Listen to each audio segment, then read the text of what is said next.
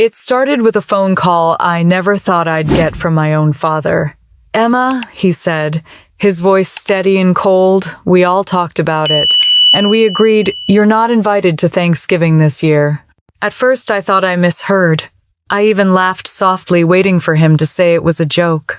But then I heard my brother's laughter in the background, followed by my sister-in-law's snide little chuckle and the clinking of glasses. I waited for my mother's voice, hoping she'd say something, anything to stop this humiliation. But all I got was silence. Long, heavy, suffocating silence. "Dad," I finally whispered while he exhaled like I'd just asked for too much. "It's just easier this way, Emma. You know how things have been. Don't make it harder." And just like that, the call ended. The dial tone buzzed in my ear, low and endless, as I stood in my kitchen surrounded by everything I'd prepared for the trip, the pie dish, the gift bags, the unopened bottle of my mother's favorite Chardonnay. That was when it hit me. I wasn't part of we anymore. For a few minutes, I didn't move. My hand trembled slightly as I set the phone down on the counter. Outside, the first snow of November floated down lazily, coating the window ledge in white. I had bought my plane ticket a week ago, booked a rental car, even wrapped a scarf I'd spent hours knitting for my mother. I'd told myself this year would be different, that maybe, just maybe, my father would finally see me as more than the family's disappointment. I should have known better. I sat down on the cold marble counter, feeling the chill seep through my jeans. The kitchen felt too big, too sterile. Everything about my condo screamed success: glass walls, stainless steel appliances, city views, yet in that moment I'd never felt smaller. My reflection in the oven door looked foreign to me. The woman staring back had everything she'd once dreamed of: a thriving business, her own name, on a property deed, independence. But she also had something no amount of money could fix: the ache of being unwanted by her own blood. My mind replayed the last time my father had told me he was proud. It was 2 years ago when I helped him refinance the family home so they wouldn't lose it. I'd spent months negotiating with the bank, cutting through red tape, using my savings to secure the deal. "You saved our home," he'd said then, his hand on my shoulder. "You're a good daughter." I had believed him. But now that same home, worth over $1.2 million, belonged to a family that no longer wanted me around. I grabbed the wine bottle and poured myself a glass, maybe two. The liquid shimmered gold under the pendant light. I tried to swallow the bitterness, but it clung to my throat. Every memory came rushing back: the years of being. Compared to my brother, the snide remarks about my overambitious career, the way my sister-in-law called me Miss Independent, as if it were an insult. I had worked hard to stay connected, to show up at every holiday, with gifts, with effort, with hope. And still, it was never enough. A small part of me wanted to call back, to demand an explanation, to scream into the phone that I'd done nothing wrong. But the larger part, the part that had learned over years of subtle rejection, told me there was no point. They'd made their choice long before this phone call. I just hadn't wanted to see it. I walked to the living room and stood before the large framed photo from last Thanksgiving. In it, my mother was smiling, my father carving the turkey, my brother raising his glass. I was sitting at the corner of the table, caught mid-laugh, my eyes glancing off camera. That night I had felt like maybe things were healing. I'd baked 3 pies, helped my mother with the decorations, and for a moment, we'd felt like a family again. But looking at it now, I saw what I had missed: my brother's arm around his wife, my father leaning toward them, not me. Even in stillness, the picture whispered the truth: I had always been on the outside. The phone buzzed again, a message from my brother, as if to twist the knife deeper. "No hard feelings, sis. Just want to keep things peaceful this year." Peaceful. The word made me laugh out loud. They'd chosen peace over me. I deleted the message without replying. By evening, the city lights glowed beneath the falling snow. I stood at the window watching the flakes dance in the wind. Somewhere across town, families were gathering, laughing, setting tables. The smell of roasted turkey and pumpkin pie drifted faintly from other apartments. I imagined my father's house, the fire crackling, the same silver candlesticks, my mother's crystal plates. Maybe they'd replaced my seat already. Maybe someone else sat there now, pretending to be family. I went to my desk and opened my laptop half to distract myself, half out of habit. Unread emails flooded the screen. Clients' partners' bank notifications. One subject line caught my eye: property ownership confirmation. I clicked it open. It was a reminder of the joint deed on my parents' house, showing both my father's and my name. For a second, my stomach tightened. That house had been the one tie left between us, a symbol of everything I'd done to keep them safe. And now it was the last string I could pull to cut them loose. I leaned back in my chair, exhaling slowly. My father's voice replayed in my head. We all agreed. The words echoed, slicing through the quiet. Maybe they had agreed to erase me, but I could agree to something too. I could agree to stop bleeding for people who didn't see my worth. On the counter, my phone lit up again. This time, it was my mother's number. I froze. For a heartbeat, I thought maybe she was calling to apologize, to say she didn't mean it, that it was all a misunderstanding. But I let it ring, and finally stop. She didn't leave a voicemail.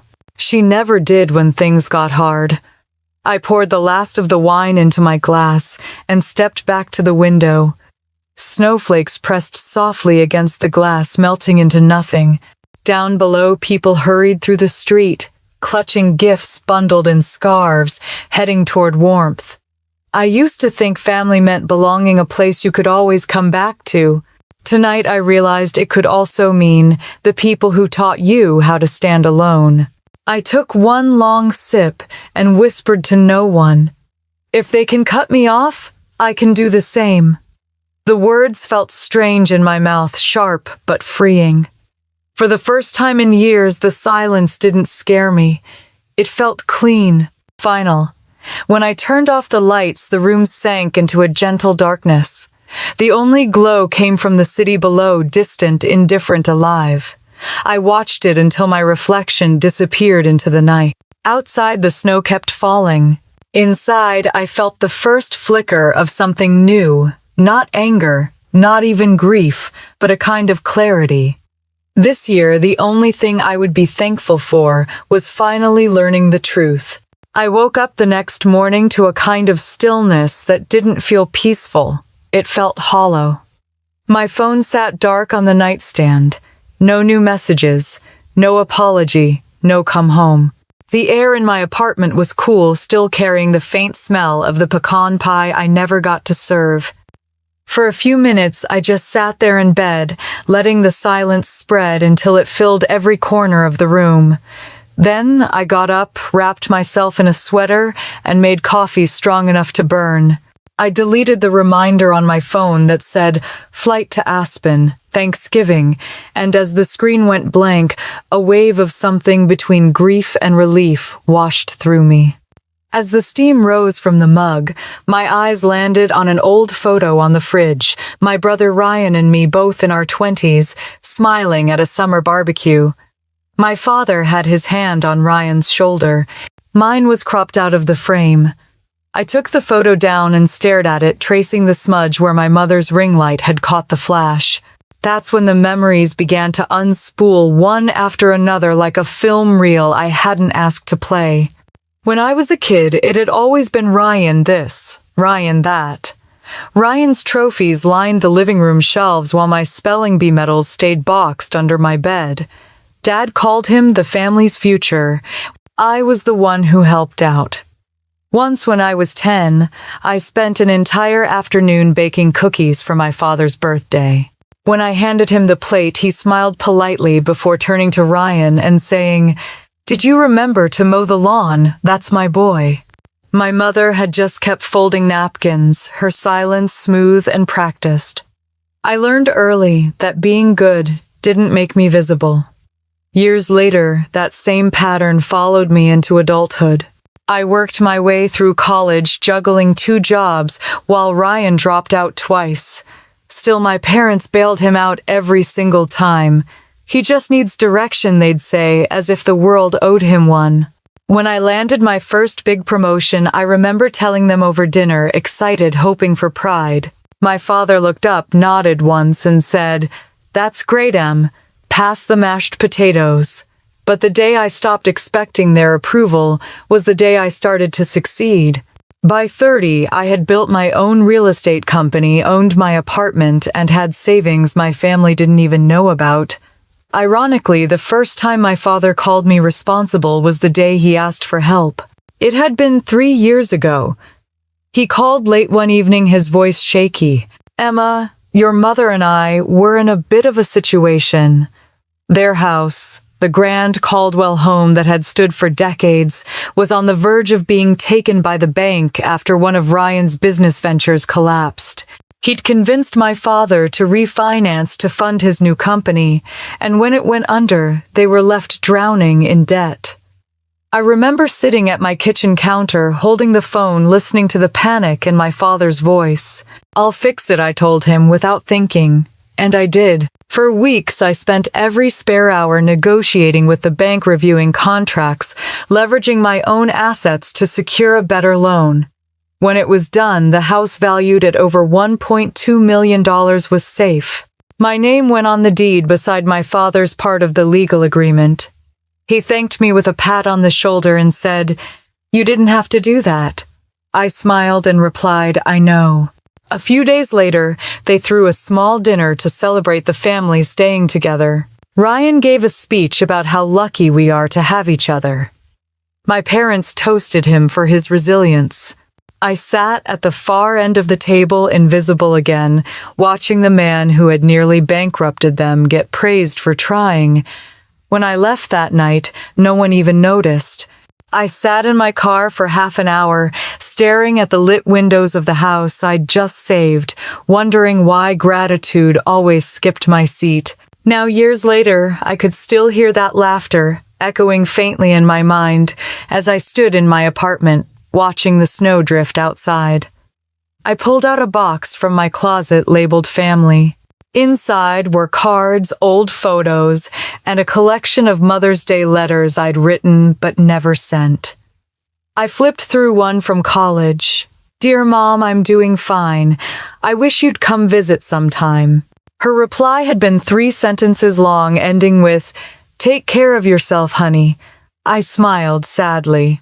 I had Mom. I had taken care of myself. Maybe that was the problem.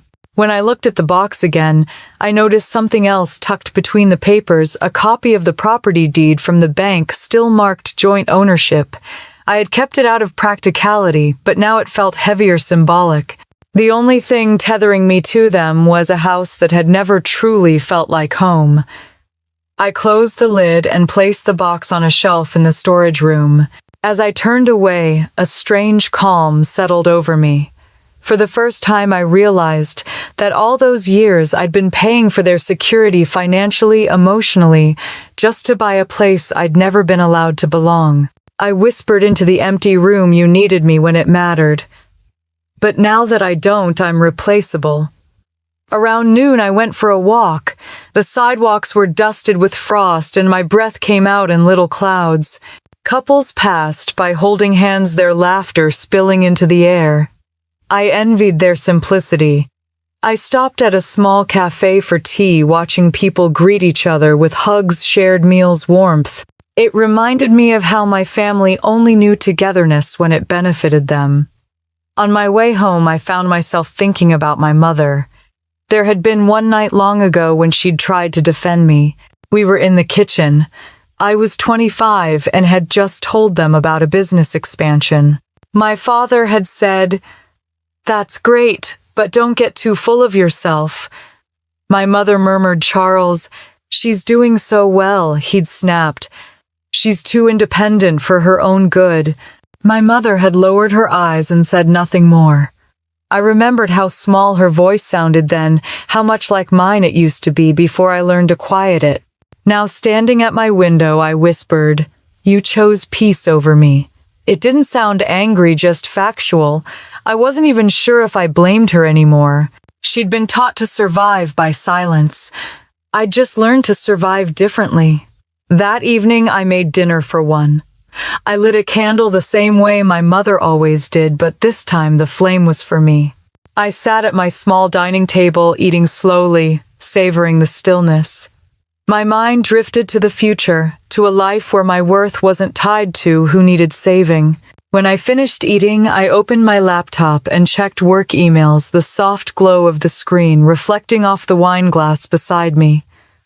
For a second, I imagined my father sitting across from me, lecturing me about family loyalty. I could almost hear his voice. "You're so emotional, Emma. You take everything personally." He was right. I did. Because family had been personal. I leaned back and exhaled. Maybe that was my strength, not my flaw. Maybe feeling deeply was how I'd survived in a family that had forgotten how to feel at all. I closed my laptop and looked around the apartment, the faint hum of the heater, the flicker of candlelight, the clean white snow outside. It was quiet, but for once I didn't feel small inside it. I got up, blew out the candle, and turned off the lights. The reflection in the dark window caught me mid-motion, a woman who'd spent a lifetime being useful, now learning what it meant to simply exist. Maybe some families don't break all at once, I whispered to my reflection. Maybe they chip away piece by piece until one day you just stop reaching for what's already gone. The city lights glimmered below, distant and alive. I stood there for a while, not crying, not angry, just still. Then I picked up my phone, scrolled through my contacts, and found the group labeled Family. With one quiet motion, I deleted it. My reflection didn't flinch. It smiled. I told myself I was only driving by to clear my head. But when the familiar streets began to appear, lined with frosted maples and glowing porch lights, I knew where I was going. My hands gripped the steering wheel tighter as the Caldwell house came into view. It stood exactly as I remembered, perfect symmetry, white shutters, the porch light glowing soft gold against the falling snow. It was the kind of house people dreamed about. To me, it felt like a monument to everything I'd lost. I parked across the street, leaving the engine running to keep the heat on. The gift box sat on the passenger seat, a bracelet I'd bought for my mother weeks ago, engraved with the words, "For all the dinners we'll still share." The irony stung now. I stared at the house for a long minute before whispering, maybe they didn't mean it. Maybe it was just one bad conversation. I killed the engine, stepped out, and started walking up the driveway, my breath turning white in the cold air. The closer I got, the more I could see inside through the frosted windows. The dining room glowed warm and golden.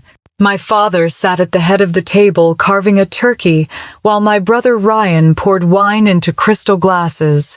My mother moved back and forth between the kitchen and the table, her hair pinned neatly, her face lit with a smile I hadn't seen in years. For a moment I froze on the walkway. The house radiated warmth, laughter, belonging, everything I wanted but had never truly received. I took a breath and pressed the doorbell. The chime echoed faintly inside. Through the window I saw my mother glance toward the door, her smile faltering. But before she could move, someone else appeared, Lydia, my sister-in-law. She opened the door halfway, her expression polite but tight. "Oh, Emma, this is unexpected." I forced a smile. "Hi, Lydia. I just wanted to drop something off for Mom. A small gift." She hesitated, glancing over her shoulder.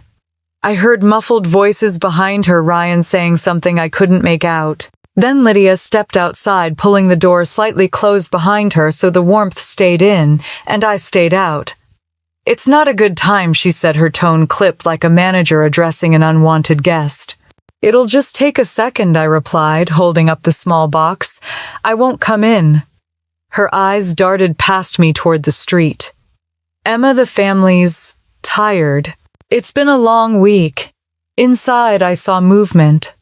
My father's figure appeared briefly in the hallway, his silhouette framed by candlelight. He paused, saw me, then turned away. My mother stood still at the kitchen door, hands clutching a dish towel. She didn't move either. Something in me cracked quietly then, not loud, not dramatic. Just a small sound inside that told me the last thread had snapped. Of course, I said finally. Wouldn't want to disturb anyone's peace. I placed the box on the doormat, my fingers numb from the cold. Lydia nodded awkwardly. Thank you. I'll make sure she gets it. I managed a polite smile. Tell her I said Happy Thanksgiving. As I turned to leave, I heard her close the door softly behind me. Not a slam, just the quiet finality of someone making sure you knew you didn't belong. The wind stung my cheeks as I walked down the driveway.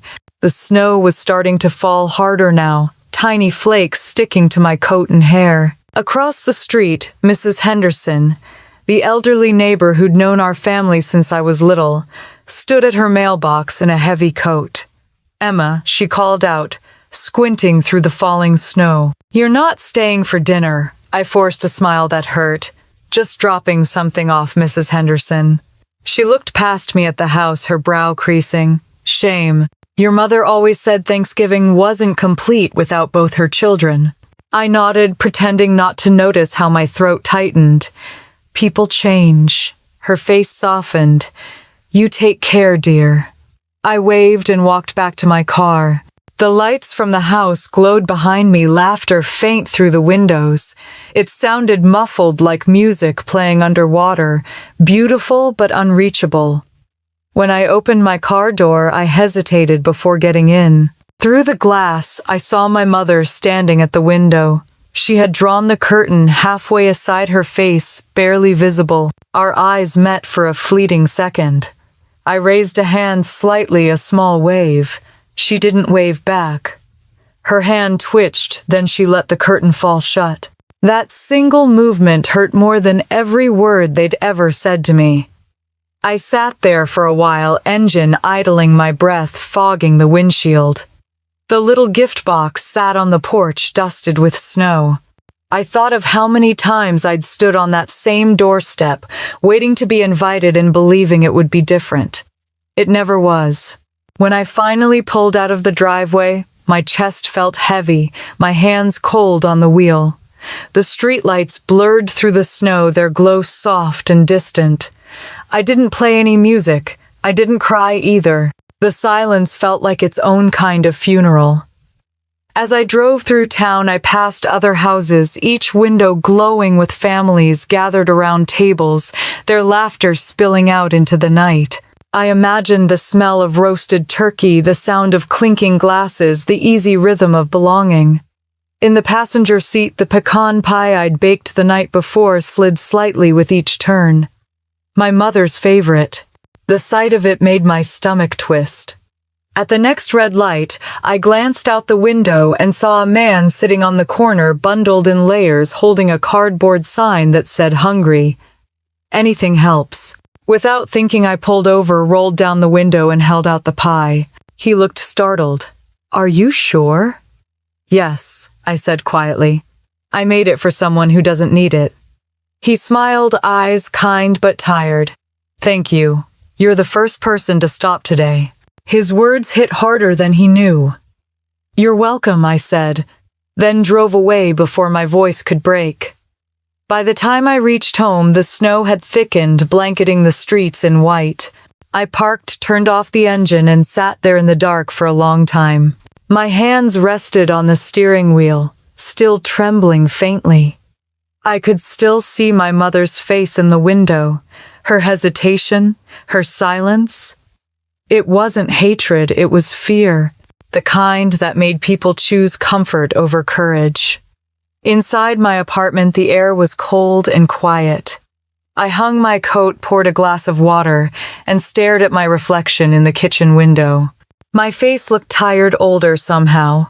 There was sadness there, but also something else, resolve. They didn't have to shout to make me feel small, I whispered. They just had to pretend I wasn't there. I turned off the lights and stood in the dim glow from the city outside. For a moment, I imagined the house again, warm, full of laughter. Then I imagined the gift box still sitting on the porch, slowly disappearing under the snow. It was almost poetic. I'd left something behind for them, and now the snow was burying it, just like I was learning to bury the need for their love. I took a deep breath and let it out slowly. The ache in my chest was still there, but it felt quieter, cleaner. "They shut me out of their home," I said softly to the empty room. "They don't know yet I'm about to shut them out of mine." Outside, the snow kept falling. The city shimmered under it, quiet and endless. Inside, I wrapped myself in a blanket and sat by the window until the first hint of dawn appeared, pale and uncertain. By morning, the pie plate would be empty somewhere across town in hands that needed it more. And for the first time in years, I didn't feel like the one left hungry. The apartment was too quiet that night. The kind of quiet that presses against your chest until breathing feels like a decision. The table was set for a single plate, one fork, one glass of wine. The smell of takeout Chinese filled the room, sharp and salty, nothing like the slow warmth of roasted turkey that used to float through my parents' house every November. The candle flickered weakly beside my plate, its flame bending as if it too was tired of standing alone. I picked up my phone and opened social media. My brother Ryan's post sat at the top of my feed, a perfectly filtered photo of my family's Thanksgiving table. The gold-rimmed plates gleamed under chandelier light, my father carving the turkey like a scene from a magazine spread. My mother's smile was wide, her hand resting on Ryan's shoulder.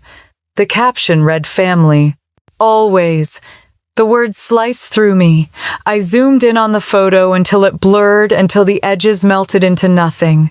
I waited for anger, but what came instead was emptiness, a hollow space where love used to live. I set the phone down, took a sip of wine, and stared at the candle. Its small light trembled, stretching shadows across the walls. I could almost hear the sounds that used to fill Thanksgiving nights, the clink of forks, the hum of my father's jazz, records the warmth of my mother's laughter before it faded into polite silence. Now the only sound was the city wind slipping through the cracks of my windows. Last year during Thanksgiving, my father had raised his glass and said, "This family stays strong because we stick together." I remembered that line clearly. I had believed it back then. Now, with my phone glowing beside me, I laughed softly and whispered together, "As long as I'm paying for it." The laugh didn't last. It cracked somewhere halfway through. I put my fork down and rubbed my temples, the wine burning in my throat. "Never again," I whispered. To distract myself, I reopened my phone, scrolling absent-mindedly. That's when I saw another update, my father's comment under Ryan's photo. "Proud of my son for keeping our family strong this year." He hadn't mentioned me. Not even once. Something inside me broke cleanly this time. Not loud, not messy, just final. I turned the phone face down and stared at the table. The candle's flame danced taller as if it knew something had shifted. I reached across the table and blew it out. The smoke curled up in thin gray ribbons, twisting before disappearing. The darkness felt good, honest. Then, out of habit, I opened my laptop. Work emails glowed across the screen, reminders of deadlines, property listings, contracts, all the parts of my life that actually worked. And there it was, sitting quietly in my inbox, the message from my attorney ownership deed, confirmation of joint title. I clicked it open. The document stared back at me, clear and clean. My name right below my father's, still listed as co-owner of the $1.2 million Caldwell home. I leaned back in my chair, staring at those two names. My fingers hovered over the trackpad, trembling slightly. My sadness started to turn cold, dense like ice forming under skin. "That house," I murmured to myself, "half mine." I read through the lines again, remembering the day I'd signed them, believing I was saving something sacred. Believing that if I helped, they'd finally see me as family, not a mistake that needed correcting. My breath came slow and steady now. The anger was gone. What replaced it was clarity. If they can erase me from their table, I whispered, I can erase myself from their deed. I stood up and crossed the room. In the corner sat a small box of old family keepsakes, the ones I hadn't thrown away yet. I pulled it open. Inside were photos, birthday cards, a few notes from my mother's handwriting, and one framed picture of my father teaching Ryan how to ride a bike. I turned it over. On the back, in my mother's careful script, it read, "Our boys." The words stung. Not because they excluded me, but because I'd once wanted so badly to belong inside them. I held the frame above the candle wick and struck a match. The tiny flame hissed, then grew steady. I touched it to the corner of the photo. The paper curled, slowly blackening around the edges. The faces melted first, the smile, the grass, the summer sky, until all that was left was ash. I dropped it into the empty sink, watching it cool. It didn't feel cruel. It felt like a funeral that was long overdue. I stayed there for a while, staring at the ashes. Then I turned off the lights, letting the darkness settle again. My phone buzzed once, just once. My mother's name on the screen. I froze, staring at it. Maybe she was calling to apologize. Maybe she was calling because she felt guilty.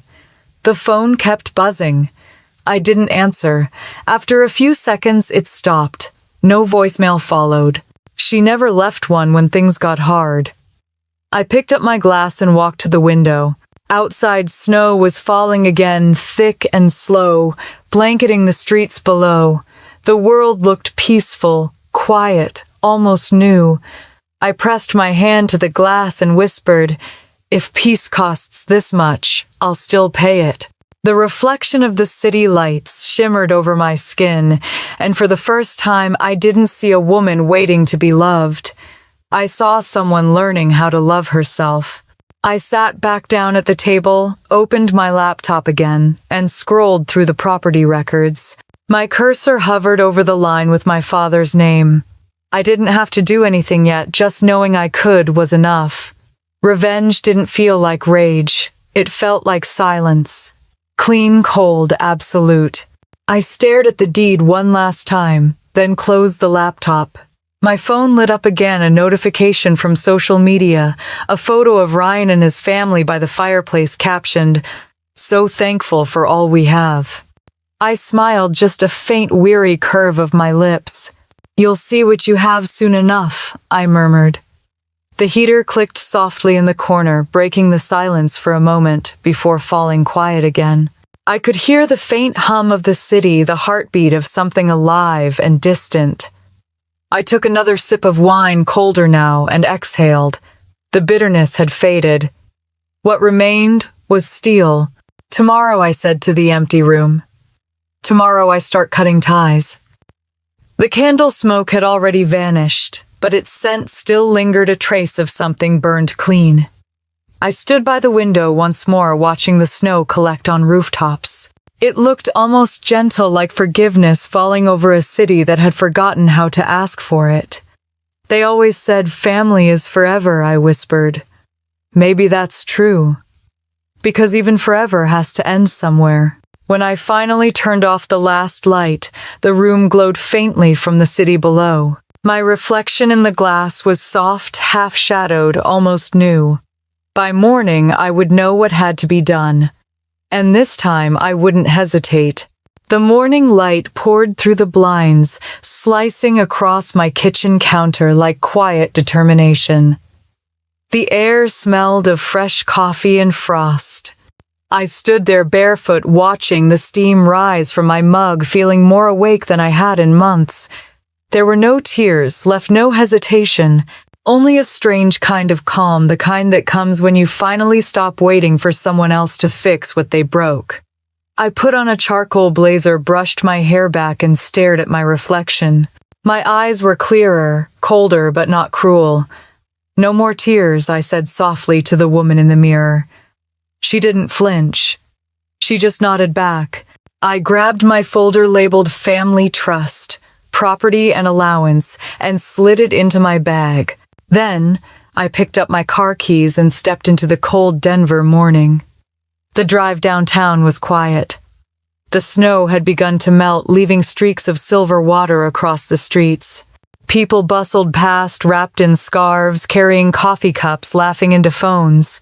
I used to envy people like that, untouched by betrayal, still believing family meant safety. Now I just felt older. When I arrived at my lawyer's office, the receptionist looked up and smiled politely. "Miss Caldwell, Mr. Langford, will see you now." Mr. Langford had been my attorney for years, a calm, gray-haired man with eyes that always looked like they already knew the ending. He gestured for me to sit. "Emma, I wasn't expecting to see you this soon. Everything all right?" "Yes," I said, setting the folder on his desk. "I need to remove my name from the Caldwell property deed." He blinked. "The house in Aspen, that's quite valuable. Are you sure you want to do that completely?" He studied me for a moment. "Usually people fight to stay on property titles, not erase themselves from them." "I'm not most people," I replied. He gave a small nod, pulling out the necessary forms.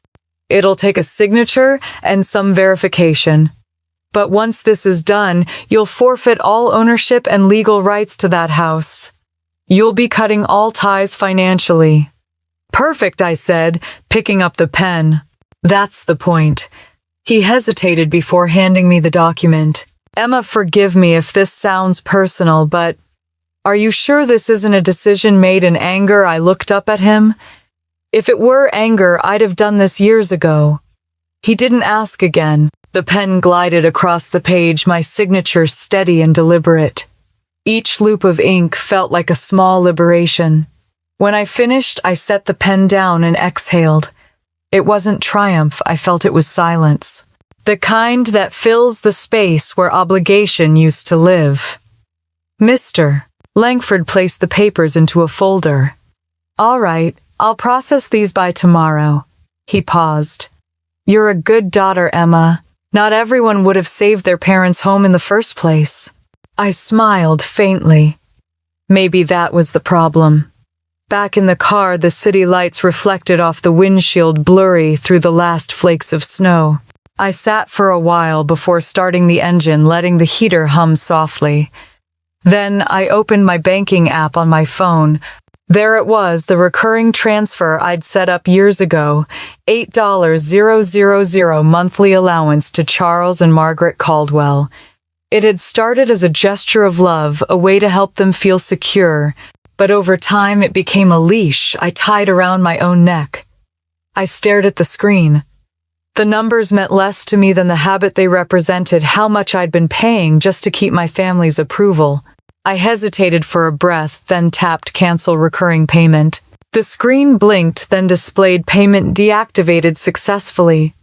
A small smile crept across my face, not gloating, just peaceful. "It's strange," I whispered, "how silence can be louder than screaming." I made a note in my financial log, cut off, November 28. The date looked clean, almost elegant on the page, like a period at the end of a long, exhausting sentence. On the drive home, my mind drifted to the day it had all begun, the first phone call from my father asking for help. I could still hear his voice, shaky, full of fake humility. "Your mother's not well, Emma. We could use some help until Ryan gets things sorted." I hadn't even thought twice. I'd transferred the money before he finished explaining. I'd told myself it was love. It was really fear of being forgotten again. Over the years, the requests had grown quieter but more constant. Little hints: "The taxes are higher this year. Your mother needs new medication. We'll pay you back when Ryan's business turns around." They never did. But I kept paying anyway because I couldn't stand the silence that came when I didn't. Now, sitting at a red light, I realized the silence I'd once feared had become my greatest weapon. At the next corner, I pulled into the downtown bank. Inside, the marble floors gleamed like water. A young clerk with kind eyes greeted me at the counter. Her name tag read Maya. "Hi, Miss Caldwell. What can I help you with? Today I need to update my account settings," I said, "and terminate any linked family accounts permanently." Maya hesitated. All of them. All of them." As she typed, she glanced up hesitant. "Are you sure? It looks like some of these transfers go to dependents, possibly your parents." I met her gaze evenly. "They're not dependent on me anymore.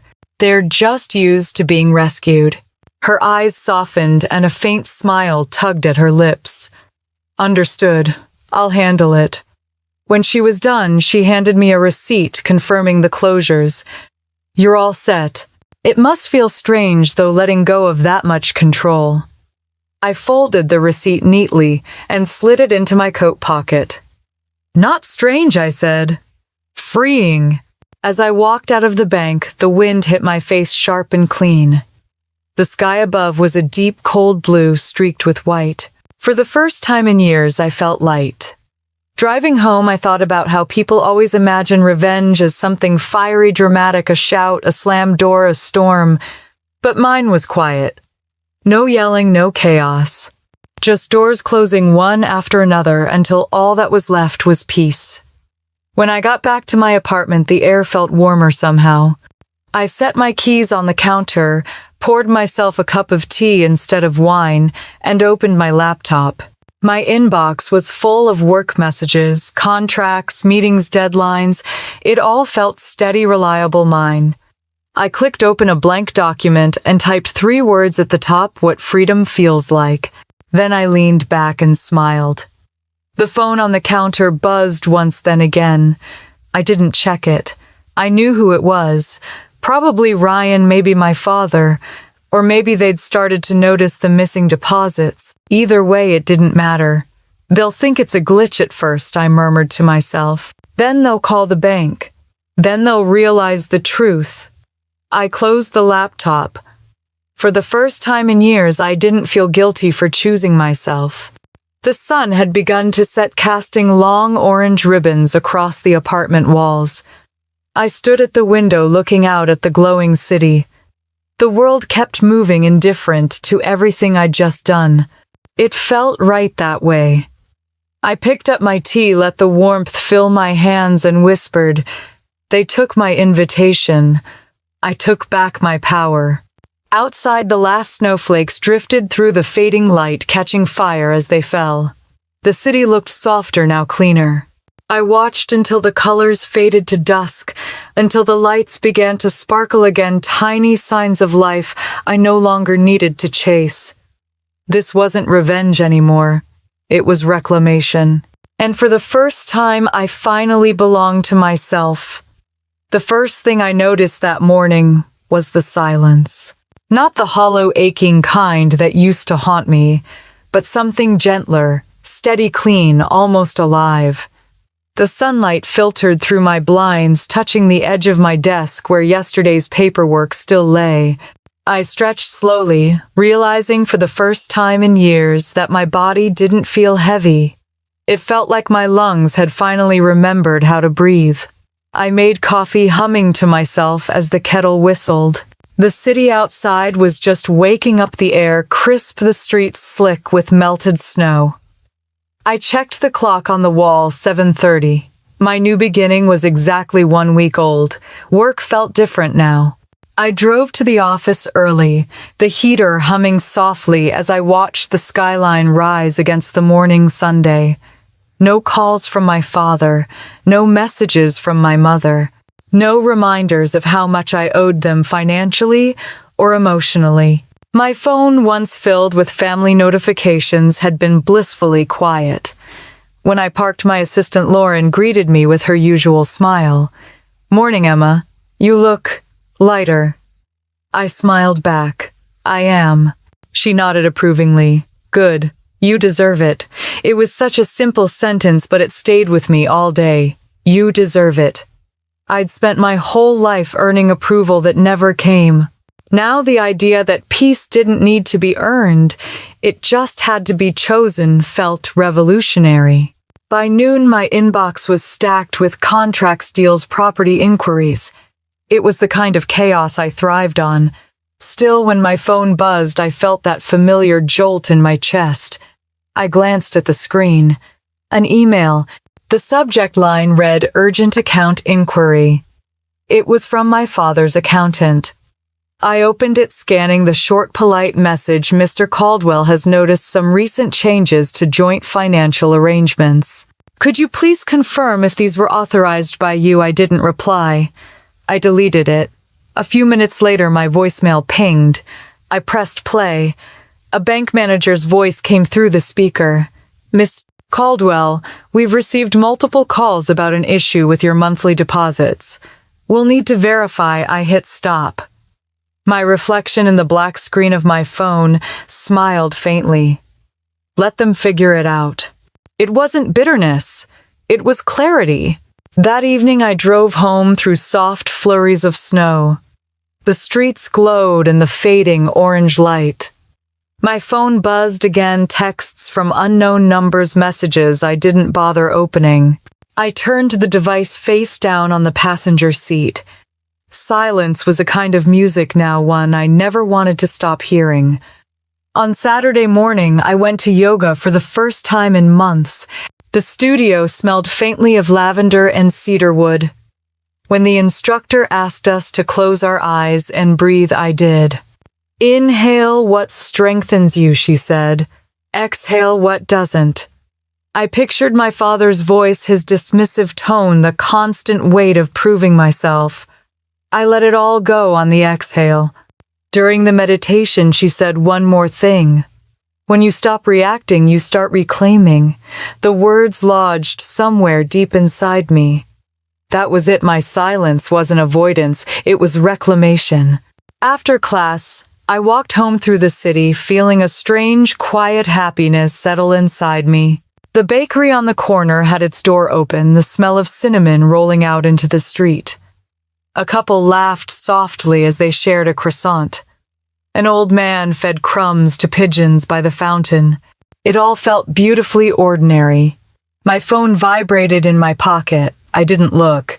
At home, I made lunch and played soft music. The apartment was filled with light. Then, just as I sat down, a new message flashed on my laptop screen, an alert from my voicemail inbox. I pressed play without thinking. My father's voice filled the room, rough and strained. "Emma, we need to talk. Your mother's upset. You can't just ignore us like this."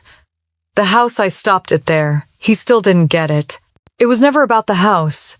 It was about the years I'd begged to be seen and heard, and how easily they dismissed me once I stopped giving. I shut the laptop and stepped onto the balcony.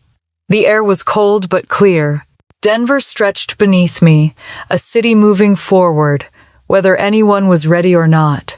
By Monday, the silence between us had turned into a kind of quiet storm. A text from a cousin popped up. "Hey, your parents are trying to reach you. Everything okay?" Another, from an old neighbor. "Heard there's trouble with the house. Hope you're all right." I ignored them all. Then came a message from Ryan. "Did you mess with the accounts? Dad's losing it. Fix this before it gets worse." I almost laughed. He still talked to me like I was an employee, not a sister. I deleted his message and blocked the number.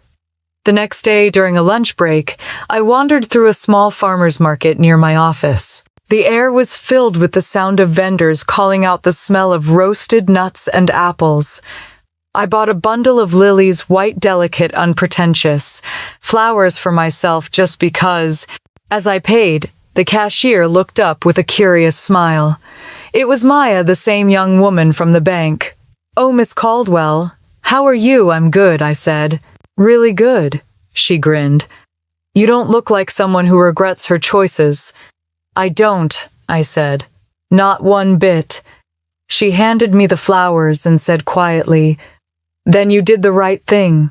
Her words followed me home.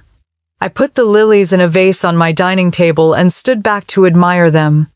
They made the room smell like renewal. Later that evening, an unexpected email appeared in my inbox, this one accidentally copied to me. It was from my father to his lawyer.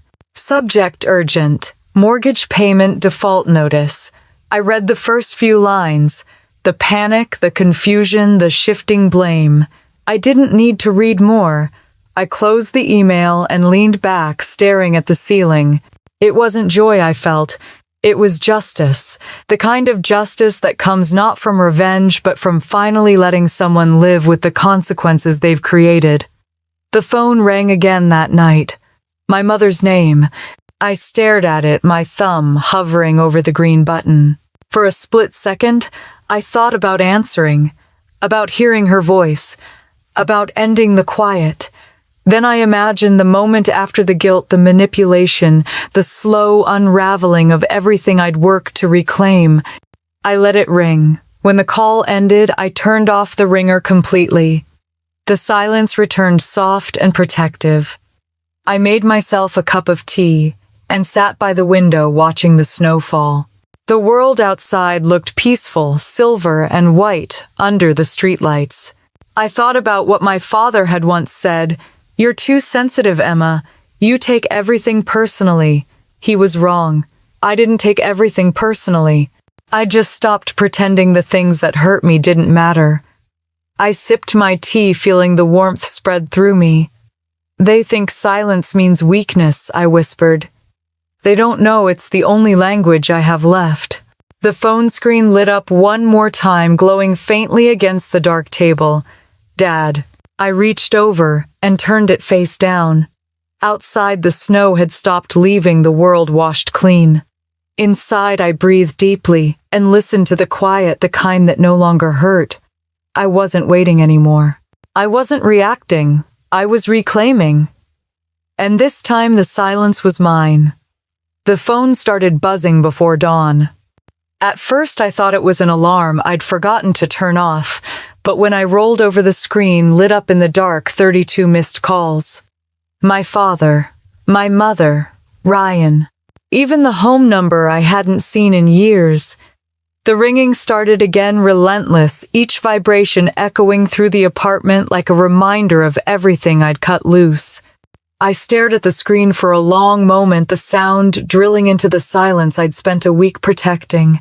Then I turned it over and set it face down on the nightstand. The buzzing continued, muffled, desperate, until it stopped. I got up, made coffee, and watched the sunrise through the window. The sky glowed pale orange over the Denver skyline, quiet and distant. My mug warmed my hands, grounding me. When the phone started again, I let it ring. The noise no longer made me flinch. It just confirmed what I already knew: my silence was working. When I finally picked up the phone to check, the counter had jumped to 62 missed calls. One voicemail icon blinked red. I pressed play, curiosity winning out over patience. My father's voice filled the room, firm but strained. "Emma, it's your father. We need to talk. The bank called about the accounts, and this isn't funny.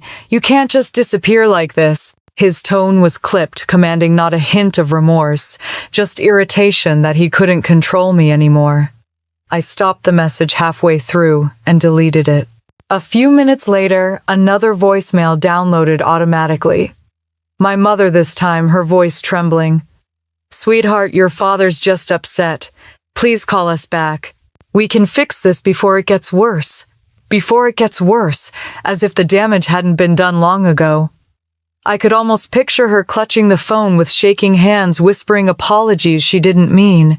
I closed my eyes for a moment, feeling that familiar pull of guilt, and then I let it go. I deleted her message too. The next one was Ryan. His voice was sharp, impatient. "Emma, what the hell did you do, Dad's?" Furious moms crying, "And now the bank's frozen the line of credit. You need to grow up and fix this." I laughed quietly. "No, Ryan," I said into the air. "You need to." Then I blocked his number. By the time I left for work, the total had hit 80 missed calls. By afternoon, it reached 102. 102 missed calls.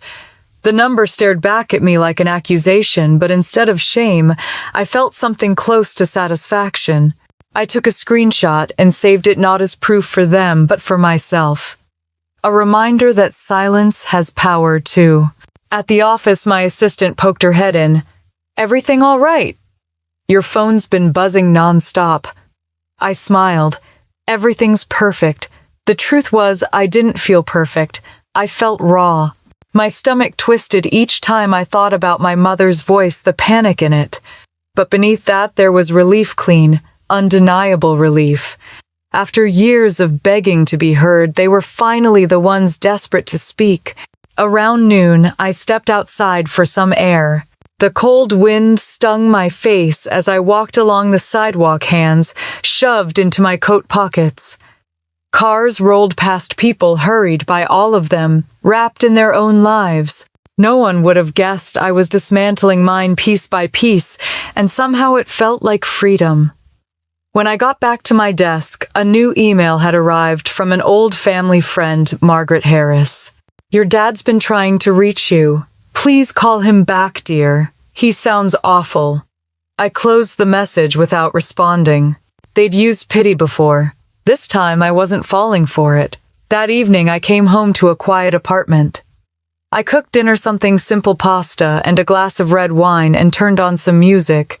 But even over the melody, I could hear my phone buzzing on the counter. I didn't touch it. I just let it keep vibrating until it stopped. Hours later, I sat on the couch watching the city lights flicker outside the window. The air felt thick with unsaid words. For a second, I thought about calling my mother back, about ending the silence. Then I remembered her standing at that window weeks ago, curtain in hand, watching me leave without saying a word. She had chosen silence first. Now she could live with mine. I turned off the lights and sat in the dark, listening to the hum of the heater. My mind wandered back to when I was little, when my father taught me to ride a bike. I'd fallen once, scraping my knee. He'd said, "Don't cry, Emma. Be tough. You can't let people see you weak." Back then, I thought strength meant pretending I wasn't hurt. Now I understood it was something else entirely, learning when to walk away. I must have drifted off on the couch because when I woke, the phone was buzzing again. This time, it was nearly midnight. I picked it up half out of habit and stared at the screen. Dad again. Then Ryan. Then Mom. Call after call like waves crashing against a rock that wouldn't move. Finally, I played one last voicemail. My father's voice sounded different, lower, almost panicked. "Emma, your mother's not well. She's been crying all day. Please just call back so we can talk. We'll fix this, I promise." I held the phone to my ear, listening to the pauses between his words, the cracks, the things he didn't say. For a moment, my chest tightened. Then I realized he wasn't calling because he missed me. He was calling because he'd lost control.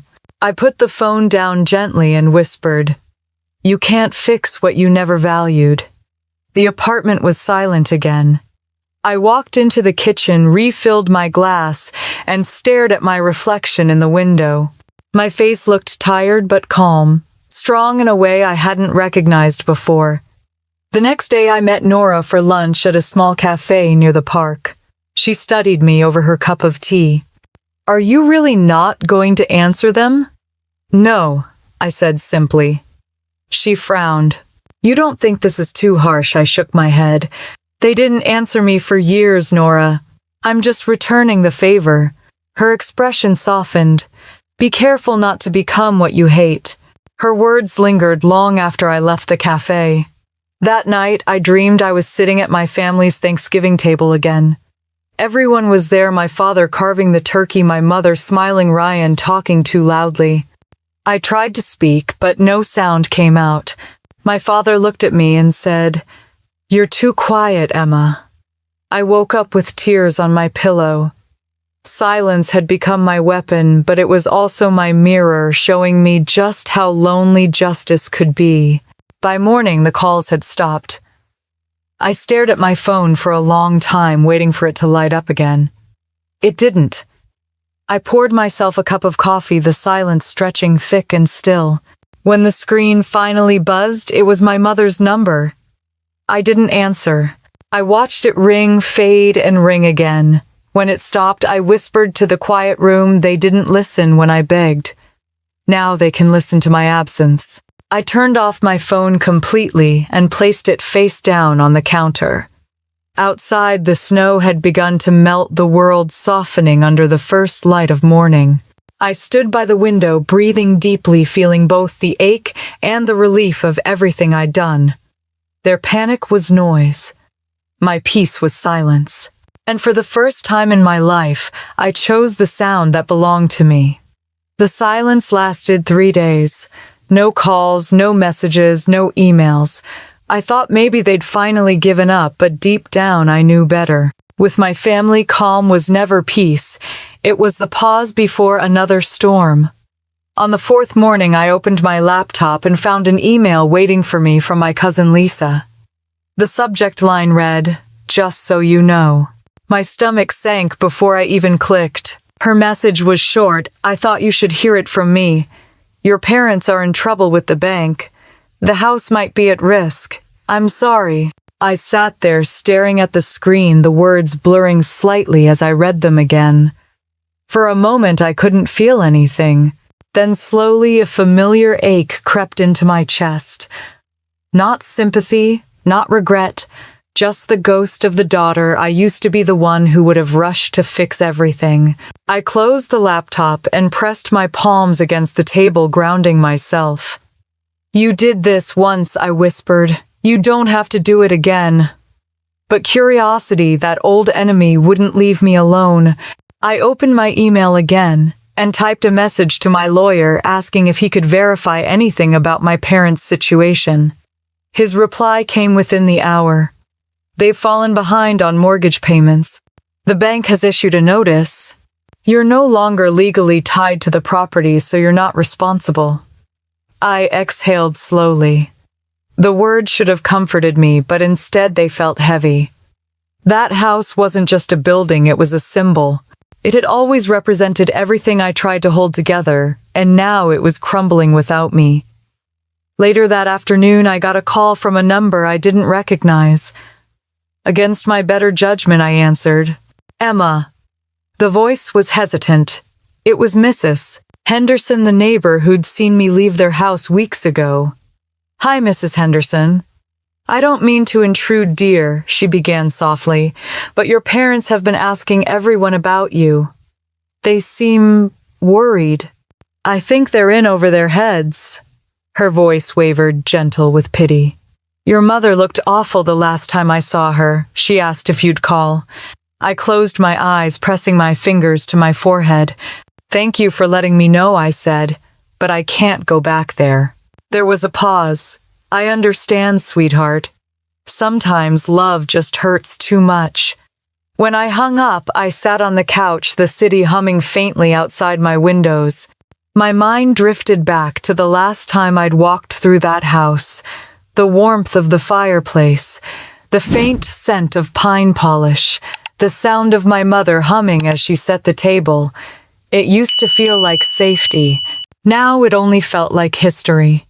That evening I called my lawyer again. "Mr.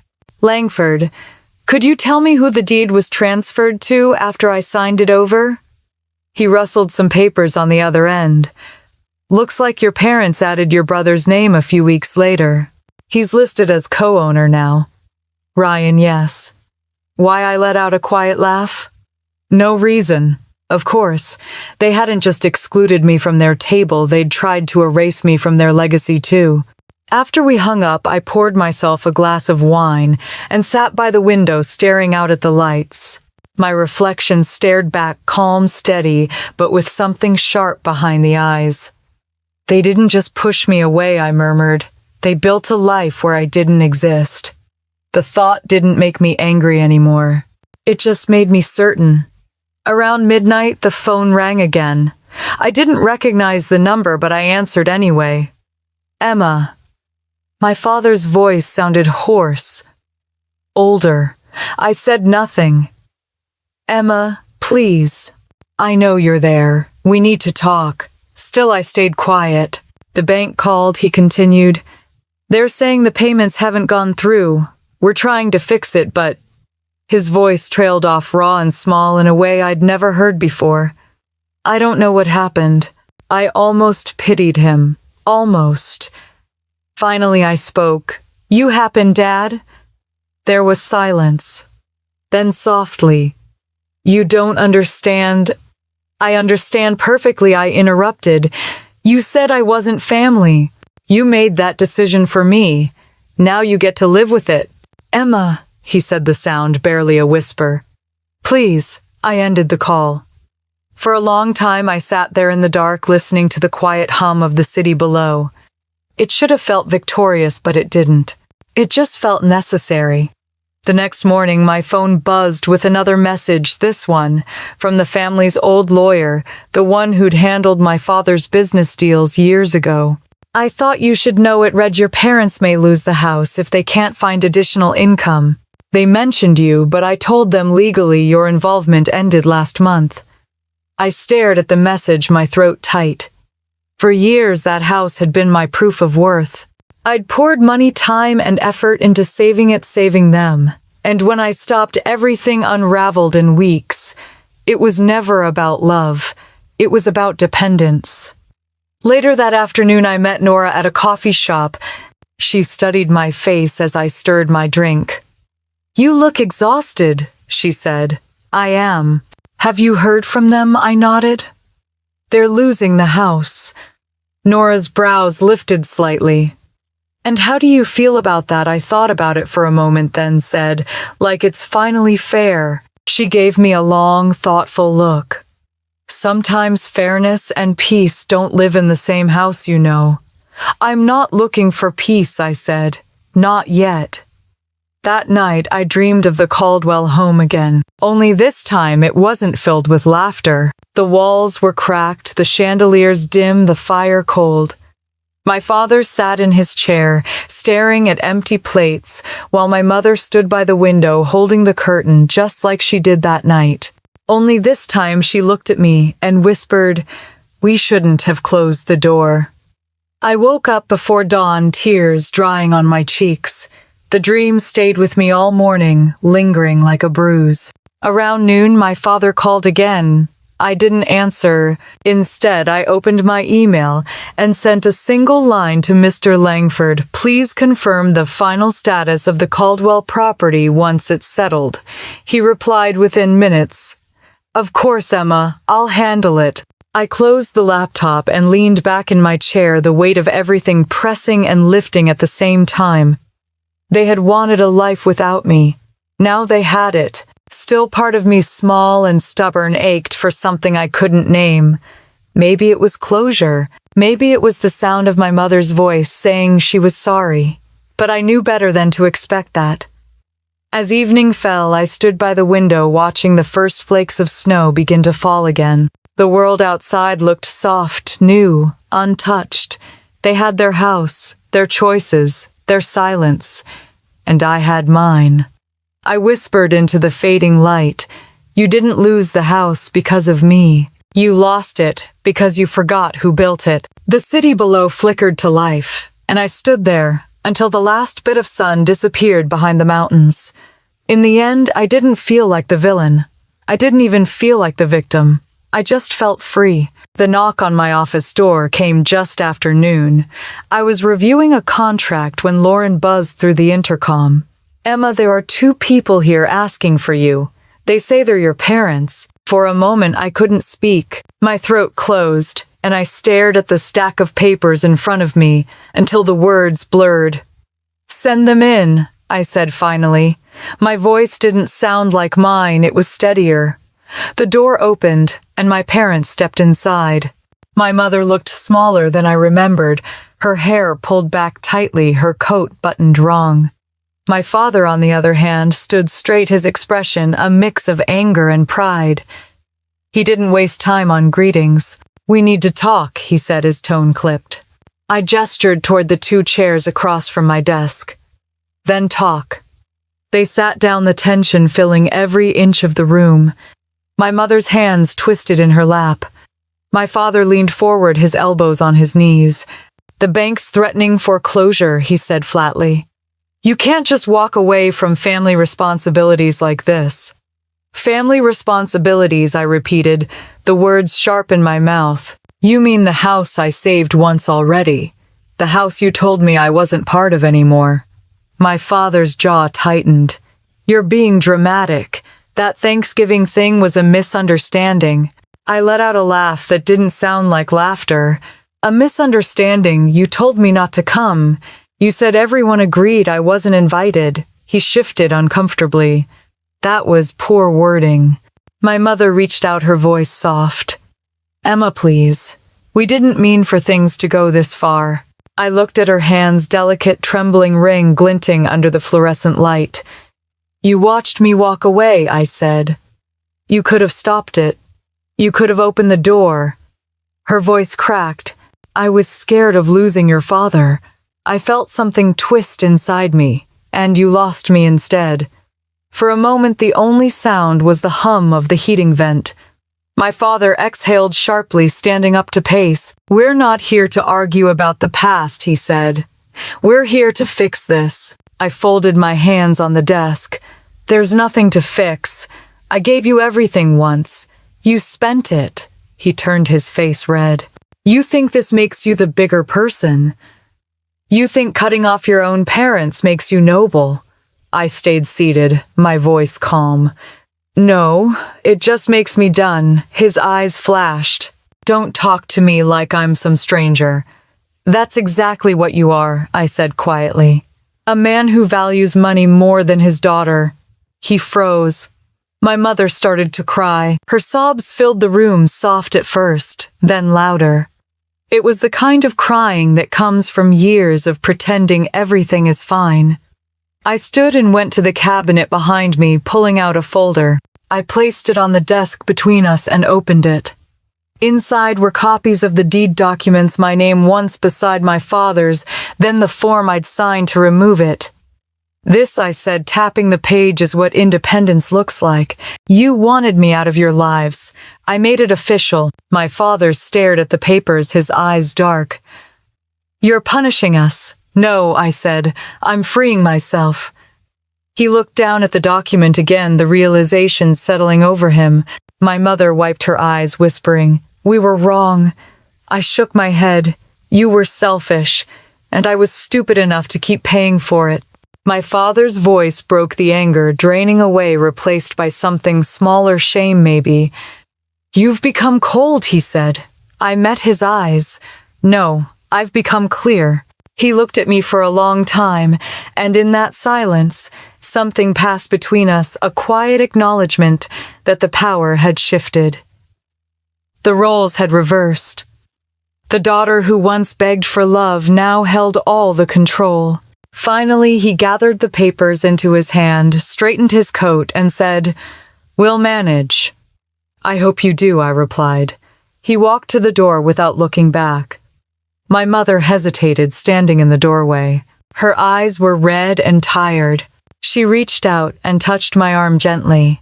I never stopped loving you, Emma. I believe that I said softly.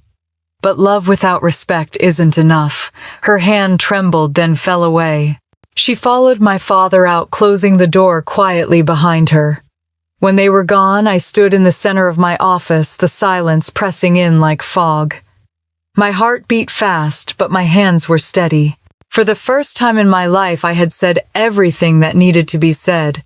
I poured myself a glass of water, sat back in my chair, and stared at the window.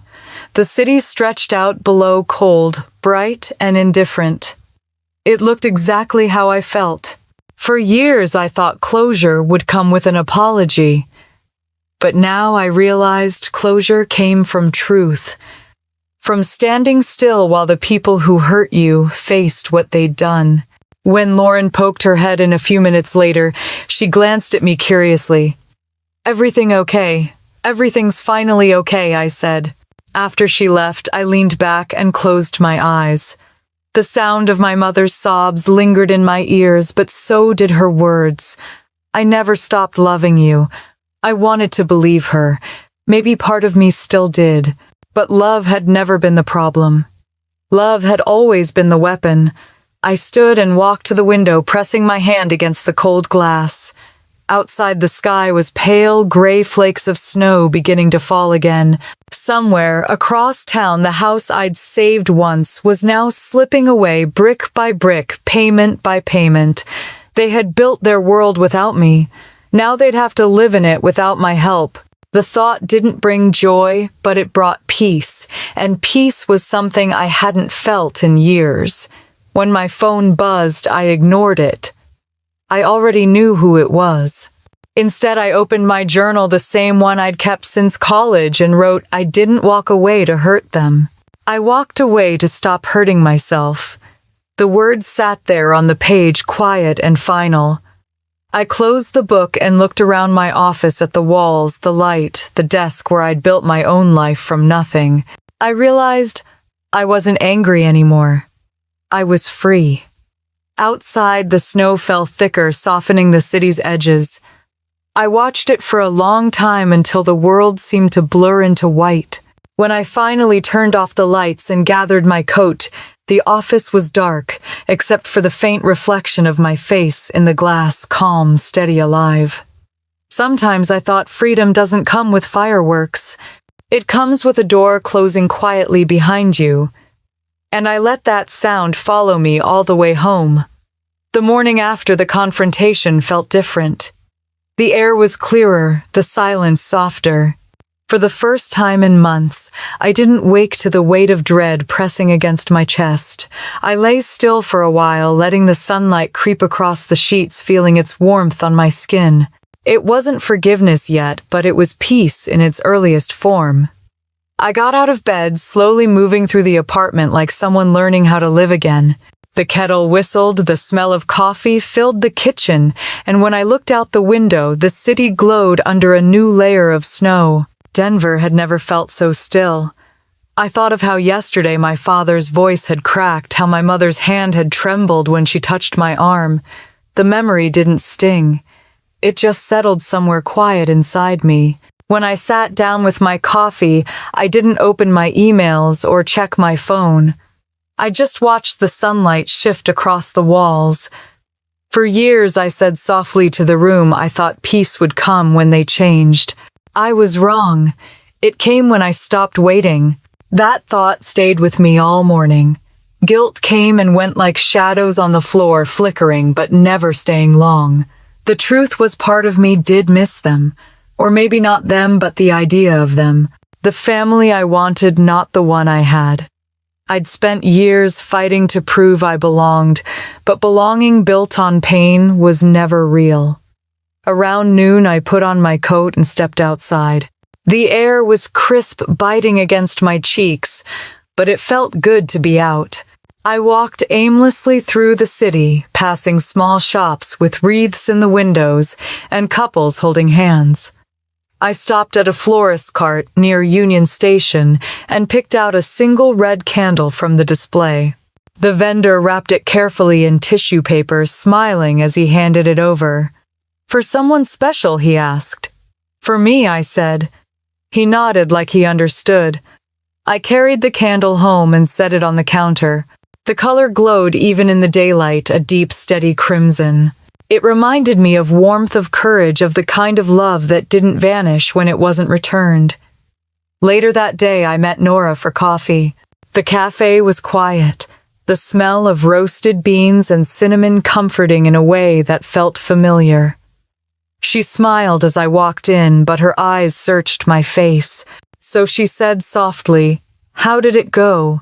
"It went the way it had to," I said, sitting across from her. "Did they finally listen?" I nodded. For the first time, yes. But not because they wanted to, because they had no choice. She leaned forward, concern flickering in her eyes. "Do you feel better?" I thought for a moment, stirring the foam in my cup. "Better doesn't mean happy," I said. "But it means I can breathe." She smiled faintly. "That's something. It's everything," I replied. We talked for a while about work, about holidays, about anything but the past. But before we left, Nora reached across the table and squeezed my hand. "You didn't burn bridges, Emma," she said. "You just stopped walking one way." The words hit something deep in me. That night I couldn't stop replaying them. After dinner, I found myself driving without really deciding where to go. The roads were slick with melting snow, the city lights shimmering in puddles. Before I knew it, I was in the old neighborhood. My parents' street looked smaller, narrower than I remembered. The house sat at the end of it, the porch light still on, though one of the bulbs flickered weakly. I parked across the street and sat for a long time. The house that once felt larger than life now looked tired, almost fragile. I could see the faint outline of curtains in the living room window. I didn't know if they were home. I didn't need to. A crooked for sale sign leaned in the yard, half buried in snow. The wind nudged it back and forth with a slow, eerie rhythm. I should have felt vindicated, but instead, all I felt was calm. Houses can be sold, I whispered. Peace has to be built. I didn't get out of the car. I just sat there, letting the silence stretch between the past and me, like a bridge I didn't need to cross. Then I turned the key, drove away, and didn't look back. When I got home, a small envelope waited on the floor by my door. No postage. Hand-delivered. My name written in shaky cursive across the front. I knew that handwriting. I took it to the table and opened it carefully. Inside was a single sheet of paper. Emma, I don't know how to undo what we did. Your father won't say it, but he's ashamed. I am too. Please know I never stopped loving you. I just didn't know how to show it. I hope someday you can forgive us, even if we never deserve it. I miss you every day. Love, Mom. The words blurred for a second as tears filled my eyes. I hadn't expected to cry, but something about seeing her handwriting, hearing her voice between the lines, cracked open a part of me I thought I'd buried. I read it twice, then folded it gently and set it in the top drawer of my desk. I wasn't ready to respond, not yet, but I didn't throw it away. That was its own kind of forgiveness. I lit the red candle and placed it on the table.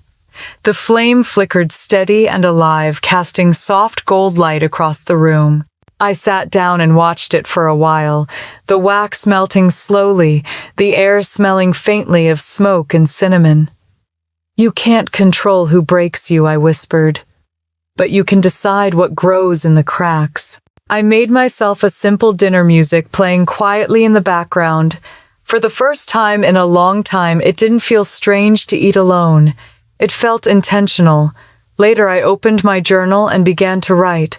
I used to measure love by apologies. Now I measure it by how I sleep at night. I paused, then added one last line. They may never change, but I already have.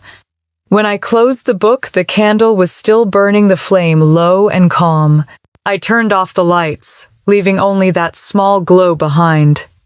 The shadows on the wall danced softly, like the rhythm of a life finally settling into itself. I stood there for a long time, letting the warmth wash over me, the ache in my chest, softening into something that almost felt like gratitude.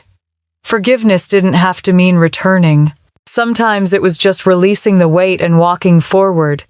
As I crawled into bed, the faint scent of smoke lingered in the air. It didn't smell like loss anymore. It smelled like freedom. And for the first time in years, I fell asleep without dreams. The morning sun streamed through the kitchen window, spilling across the counter where the smell of cinnamon and baked apples filled the air. I hummed softly to myself as I laid out the last dish on the table, a roasted turkey smaller than the ones from my childhood, but perfect for the 6 people who would sit around it today. The warmth from the oven mixed with the sound of faint laughter drifting from the living room, where Nora and Maya were arguing about who had brought the better pie. For the first time in years, Thanksgiving didn't feel like an obligation. It felt like a choice. My choice. I paused for a moment, hands resting on the edge of the counter, and looked around the little dining room. It wasn't fancy, no marble floors or crystal chandeliers, no spotless tablecloth ironed to perfection. The plates didn't match, the candles leaned slightly, and the flowers I'd arranged the night before had already begun to droop. but there was a kind of beauty in the imperfection. This, I whispered to myself, feels right. A soft knock came from behind me. Need any help? I turned to find Nora leaning against the doorway, holding a bottle of wine and a grin. You already helped enough, I said. You made me buy real napkins this time. She laughed, setting the bottle on the table. And it looks great, cozy, like it's supposed to. The doorbell rang before I could respond. I wiped my hands and went to answer it. Maya stood there bundled in a red scarf, holding a casserole dish that smelled like heaven. I brought the sweet potatoes, she said, her cheeks pink from the cold. And I might have gone overboard on the marshmallows. Perfect, I said, taking the dish from her. The sweeter the better. Behind her came two of my coworkers, both carrying desserts and smiling like this was the event of the year. It kind of was, for me at least. As everyone gathered around the table, I took a deep breath, feeling something I hadn't felt in a long time: belonging. Not the kind I'd spent my life trying to earn, but the kind that grew naturally without demands or conditions. When we all sat down, Nora raised her glass. To new traditions, she said. To family, Maya added softly, her eyes meeting mine. I smiled, lifting my glass. To the family we choose. The clinking of glasses filled the air, followed by laughter, conversation, and the kind of easy warmth that used to feel impossible. Between bites of food, I caught myself glancing toward the window, half expecting to see the ghost of my old life looking back. But all I saw was the reflection of the candlelight flickering across faces that had become familiar, safe. At one point, Nora leaned over and whispered, "You're quiet." "I'm just grateful," I said. "Good," she replied, squeezing my hand. "You deserve that." As the evening went on, stories filled the room: bad cooking mishaps, embarrassing family memories, tales of heartbreak and recovery. Each one somehow circled back to the same quiet truth: we'd all been broken before, and we'd all learned how to build ourselves again. When the plates were cleared and dessert was served, I noticed my phone buzzing on the counter. I hesitated, but curiosity made me stand and pick it up. One new message. It was from my mother. "We're thinking of you today. Your father wanted me to say, Happy Thanksgiving." I stared at the words for a long time. My hand trembled slightly, but not from anger this time. There was no apology, no explanation, just a single sentence that sounded like the closest thing to peace they could offer. I placed the phone back on the counter without replying. Not yet. Maybe not ever. But as I returned to the table, I felt something inside me soften. I smiled faintly. "Happy Thanksgiving to you too," I whispered under my breath. Later, when the laughter had quieted and the dishes were piled high in the sink, I stood alone for a moment, looking at the aftermath of joy, the crumbs, the empty glasses, the melted wax from the red candle burning low in the center of the table. It wasn't perfect, but it was real. I turned off the lights except for the candle. The flame glowed softly against the dark window, reflecting back at me. I thought of the woman I'd been a year ago, sitting in an apartment alone, uninvited and unwanted. I thought of how far that version of me had come, how she'd turned her pain into boundaries and her boundaries into peace. I picked up the candle and carried it to the porch. Outside, the night was cold and the first flakes of snow were beginning to fall. The street was quiet except for the faint sound of wind. I placed the candle on the railing and watched it flicker in the darkness. "Thank you," I whispered, not sure who I was saying it to. Maybe the universe, maybe myself, maybe even them, for teaching me how to be alone so I could learn how to belong. Behind me, the sound of laughter spilled through the open door, Nora teasing Maya, someone calling for another slice of pie, the kind of laughter that carried warmth through the chill. I turned back to them, my heart steady, my hands no longer shaking. Inside, the candlelight cast long golden shadows across the walls, catching the edges of the mismatched plates and the smiles of the people who had stayed. I stepped back into that light, closing the door behind me as the snow fell heavier outside. Later that night, when everyone had gone and the apartment was quiet again, I sat at the table with a cup of tea, staring at the candle's final glow. It burned low, the wax almost gone, but it refused to die out completely. I picked up my journal and wrote, "I spent years chasing their love. Now I understand that peace was waiting for me all along." I set the pen down and exhaled. The flame wavered one last time before it disappeared into a thin thread of smoke. The room went dark, but the warmth lingered, soft, invisible, alive. Outside, the snow covered the city in white silence. Inside, for the first time in my life, I was home. It was a quiet Sunday morning when I finally realized how light my heart had become. The snow outside had melted into thin streaks of silver, and the trees in front of my building were bare, fragile, and beautiful in their honesty. I made tea and sat by the window the same way I used to sit there months ago, only now there was no ache pressing behind my ribs. Just stillness, just peace. The world felt slower now. The need to explain myself, to chase answers, to be seen, it was gone. In its place was something stronger. Not forgiveness, not exactly, but understanding. Sometimes people don't love you the way you need them to. Sometimes they never learn how, but you can still love yourself enough to stop waiting. A soft knock broke the silence. Nora peeked her head in, holding a small paper bag. "Don't tell me you're skipping breakfast again," she said with that mock stern tone she used when she worried about me. I smiled. "Come in, the tea's hot." She joined me at the table, her hair loose and cheeks flushed from the cold. She handed me the bag. Inside were 2 croissants. "Peace offering," she said. "Did we fight?" "Not yet," she teased. "But I'm making sure we never do." We ate quietly for a while, watching the sunlight pour into the room. "You seem different," she said finally. "I am." Lighter, she added.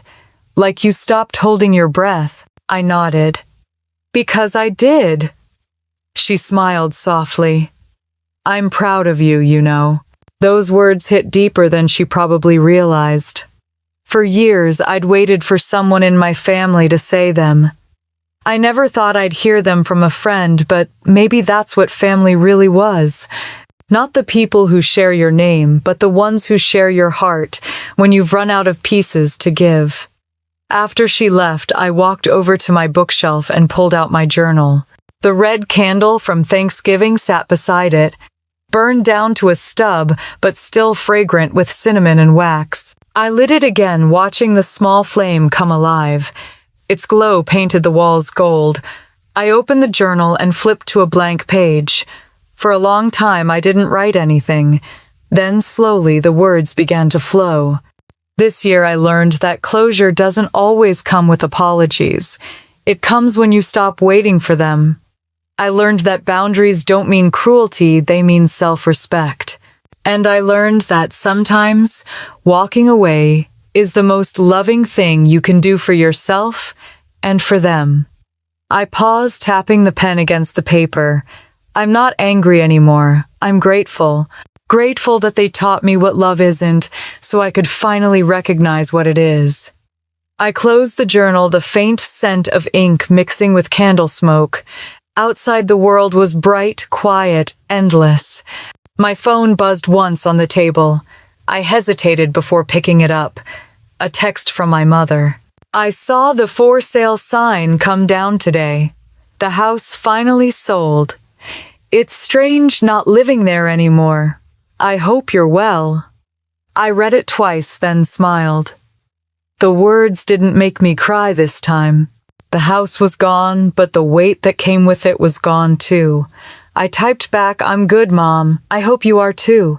Then I hit send. No overthinking, no what ifs, just peace. Later that afternoon, I went for a walk. The air was crisp, the sidewalks wet from melting snow. The city was full of small, ordinary sounds, the rhythm of footsteps, a bus engine in the distance, a child's laughter echoing from the park. I slipped my hands into my coat pockets and just listened. For so long I'd been afraid of silence. It used to mean absence, rejection, pain. Now it meant something else. It meant freedom. It meant room to breathe. When I reached the bridge that overlooked the frozen river, I stopped for a moment. The sunlight glinted off the water, turning it into 1,000 tiny mirrors. I closed my eyes and whispered a quiet thank you, not to anyone in particular, but to life itself, to survival, to starting over. I didn't need revenge anymore. I didn't even need closure. What I had now was something simpler, purer. The ability to wake up each morning and not feel small inside my own skin. The strength to love without fear of losing myself again. As I walked back home, I noticed the world differently, the details I used to overlook. The way the wind tangled through my hair. The smell of bread from the bakery on the corner. The small boy in a red scarf tugging his mother's hand and laughing. Life kept moving, and I was finally ready to move with it. That night, I poured a glass of wine and sat on the balcony wrapped in a blanket. The sky above Denver was scattered with stars, faint but real. I thought about the girl I used to be, the one who stood outside her parents' house in the snow, holding a gift she'd never get to give. I thought about how broken she was, how much she wanted to be seen. And then I thought about the woman I'd become, the one who no longer needed permission to shine. I raised my glass toward the stars. To peace, I said quietly. Mine finally. The candle flickered in the window behind me, a soft, steady glow against the dark. If you're still here with me listening to this story, maybe you know a piece of what that feels like, the long road from hurt to healing, the silence that becomes strength. Maybe you've lived your own version of it. And if you have, tell me. Tell me where you are now, how you found your peace, what you had to walk away from to get there. Leave your story in the comments below, because stories like these, they remind us we're not alone. And if this one spoke to you, stay a while. There are more stories coming of strength, of healing, of the kind of revenge that turns into redemption. Because sometimes all it takes is one story to remind us that no matter how much we lose, we can still find our way home again. The candle burned low, its light softening, until only the faintest trace of smoke curled through the air. And in that fading glow, I smiled. This wasn't the end. It was the beginning.